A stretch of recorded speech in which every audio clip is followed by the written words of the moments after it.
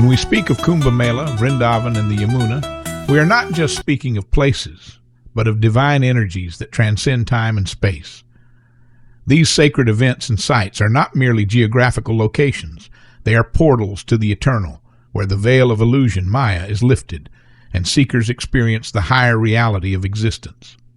Yet, what do we often hear? Critics speak of filth, pollution, overcrowding. They focus on the external, the perishable. But a true devotee, a bhakta, sees beyond these illusions. He sees the presence of the Supreme Lord in all things. The deeper meaning of Kumbh Mela, the gathering of cosmic energies. The Kumbh Mela is not just a festival, it is the churning of the spiritual ocean. Just as in the Samudra Manthan, churning of the ocean of milk, where the Devas and Asuras together churned the cosmic ocean to obtain Amrita, the nectar of immortality, the gathering of saints, yogis, and devotees at Kumbh is a churning of consciousness. Some will focus on the poison, the dirt, the disorder, the inconveniences. But the true sadhaka, seeker, focuses on the Amrita, the divine energy, the blessings of saints, the power of the sacred dip in the river. Lord Shiva, the greatest of yogis, drank the poison that emerged during Samudra Manthan and held it in his throat. He did not complain about its bitterness. Similarly, a true seeker must drink the poison of worldly illusions and hold it within, without letting it affect the purity of the soul. To complain about cleanliness in a sacred place is like a student complaining about ink stains while learning from a great guru. The lesson is far more important than the ink. Similarly, the spiritual energy of Kumbh Mela is beyond external concerns. Come to Vrindavan, the land where every tree, every grain of dust is infused with Krishna's Leela. Here Krishna danced with the gopis under the moonlight, lifted Govardhan Hill, and played his divine flute on the banks of the Yamuna. Even today, some speak of the pollution of the Yamuna. But tell me, did the gopis ever complain? Did Mirabai, the great Krishna devotee, ever refuse to drink its waters? No, because to them, Yamuna is not just a river. It is Krishna's embrace in liquid form. Just as the Yamuna flowed from the heavens to purify the world, her purity is not determined by physical elements, but by divine presence. A devotee does not see with worldly eyes. He sees with the inner eye of bhakti, devotion. The illusion of purity and impurity, lessons from Hinduism. Hinduism teaches us that purity is of the mind, not of the body. Shiva, the Lord of the universe, smears his body with ash. Is he impure? No, he is beyond duality. Bhishma Pitamaha lay on a bed of arrows. Did he seek comfort? No. He was immersed in dharma and devotion. Sudama, Krishna's childhood friend, was poor and in tattered clothes, but his heart was pure. Did Krishna see his poverty? No, he saw only his bhakti.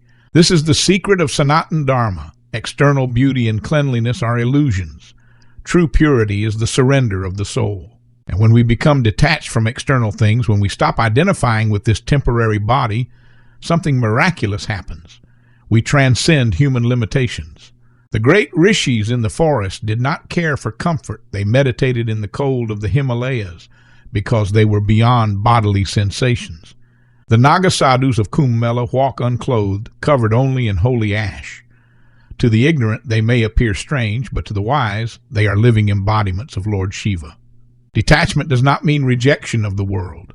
It means seeing God in everything, in dirt and in purity, in pleasure and in pain, in creation and in destruction. Krishna says in the Bhagavad Gita, the wise see the same divine presence in a learned scholar, a cow, an elephant, a dog, and even in an outcast.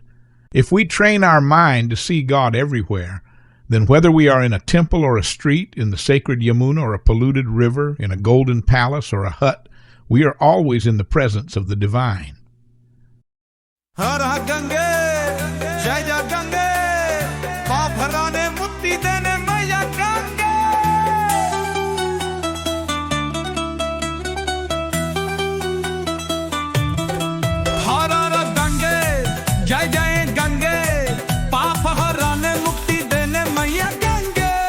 Shiv का तीर धर्म का दीपक तेरे जल से होता जीवन शुद्ध साधु संतन भक्तन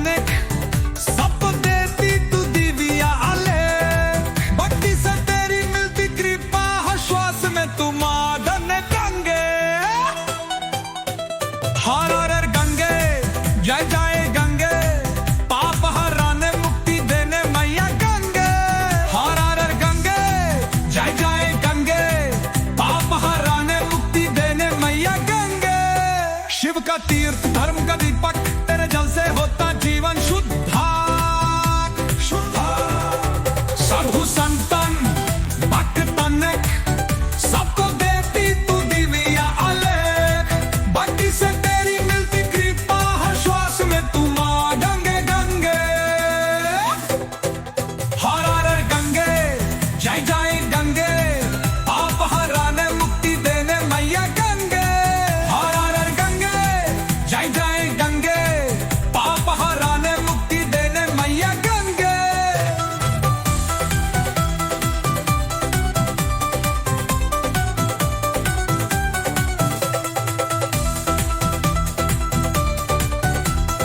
भक्ति से तेरी मिलती कृपा हर श्वास में तू माँ गंगे गंगे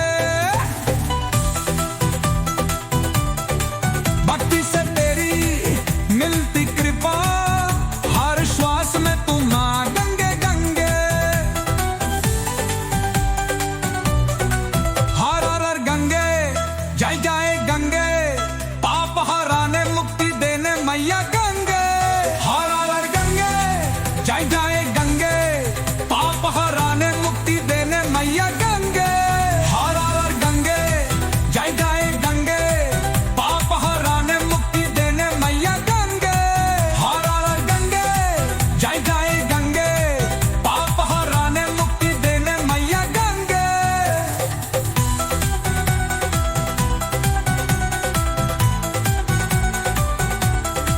हर हर गंगे जय जय गंगे पाप हराने मुक्ति देने मैया गंगे शिल का तीर्थ धर्म का दीपक तेरे जल से होता जीवन शुद्ध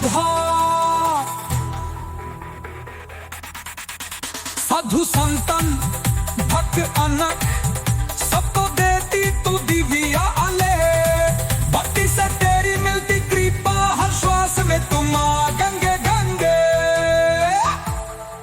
हर हर गंगे जय जय गंगे पाप हराने मुक्ति देने मैया गंगे हर हर गंगे जय जय गंगे पाप हराने मुक्ति देने मैया गंगे हर हर गंगे जय जय गंगे पाप हराने मुक्ति देने मैया गंगे हर हर गंगे जय जय गंगे पाप हराने मुक्ति देने मैया गंगे मैया गंगे